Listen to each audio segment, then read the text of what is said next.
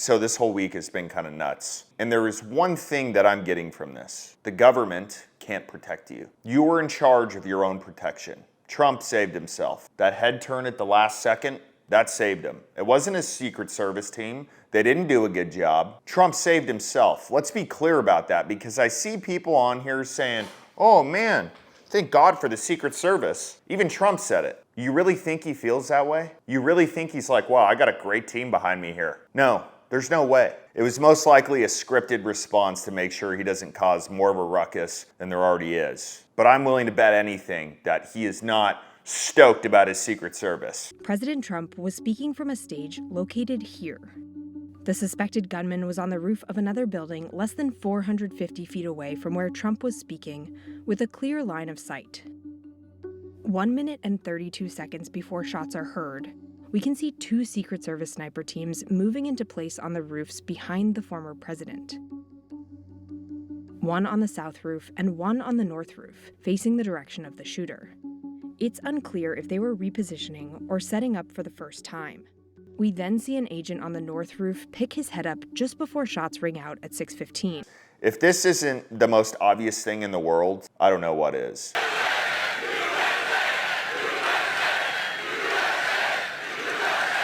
Okay, let's stop it for a second. This is 7 minutes and 21 seconds before the guy shoots. From reports, they say that this guy climbed up on the roof 5 minutes before. So they're sitting there with their binoculars like, oh man, look at that bird over there. That's pretty cool. Fine, do some sightseeing, do whatever you need to do. Now, I can't confirm if these guys are Secret Service. They had police patches, but who knows? They could have been undercover. They could have been several things. At that high of a level, that could just be a front.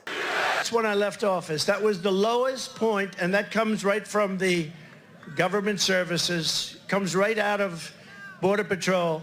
Take a look at that. So that arrow is the lowest amount of illegal immigration ever in recorded history into our country. And then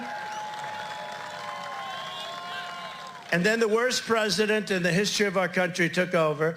And look what happened to our country. Probably 20 million people. And you know, that's a little bit old, that chart. That chart's a couple of months old, and if you want to really see something that said... Okay, now we stop. Let's start with the scope. Based on this scope and how far away the guy took the shot from, you could have easily seen that the dude had a rifle.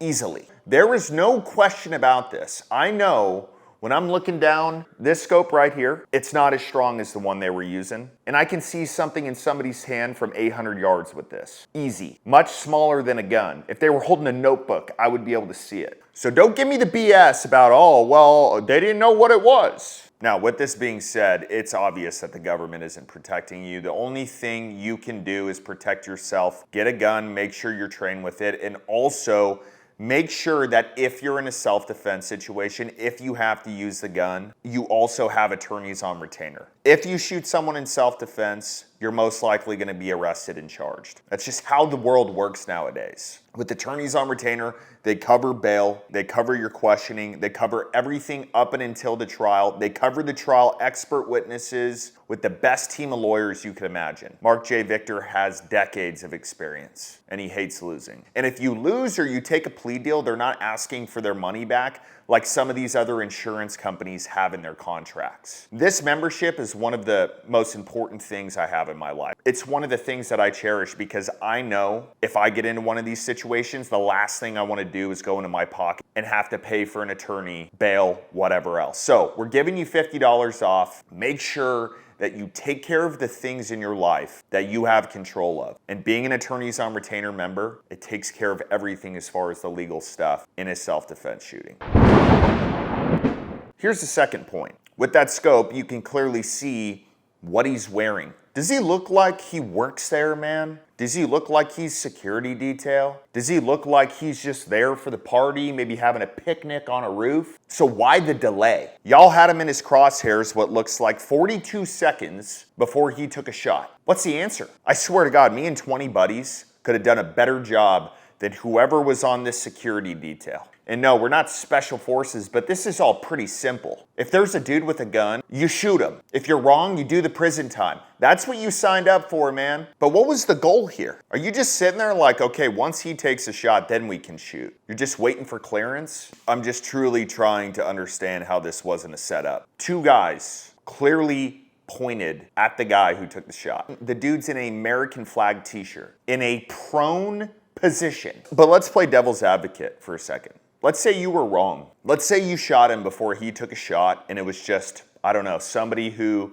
decided to go up on the roof, lay in a prone position, and they had a black stick with them. Let's just be wild about this for a second. Do you think anybody would blame you? Do you think a court would blame you? Or do you think they would blame the person for being a dumbass, putting himself in that situation? I mean, think about the psychology behind you going up on top of a roof when there are clearly counter snipers over here with something that looks like a gun. What's the psychology behind that? You have a death wish. Once again, I'm playing devil's advocate here. But if I was there and I'm sitting there talking to a guy, seems like a really good guy, we're having a beer, whatever, and he decides to go climb up on a roof and get shot because of it, I wouldn't even be mad. I'd be like, that guy is fucking stupid. What happened to err on the side of caution? I mean, you're there to do one thing. You're there to protect the body of President Trump. Only job. And you're just sitting there, ho-hum, okay. Whenever I get the signal, I'll take the shot. I don't know if there were details or maybe warning signs when you go into this rally, but I imagine there is something that says if you go onto a building, prepare to be shot.